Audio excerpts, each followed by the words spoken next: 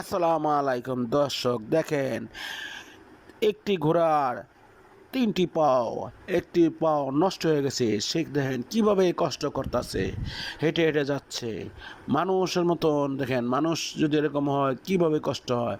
একটা ঘোড়া পশু বোবা জিনিস, সে দেখেন কীভাবে কষ্ট করে হাঁটতেছে। সে ঠিক মতন পারছে না দৌড়াতে, ঠিক মতন করতে পারছে না, কীভাবে দেখেন কষ্ট করতেছে।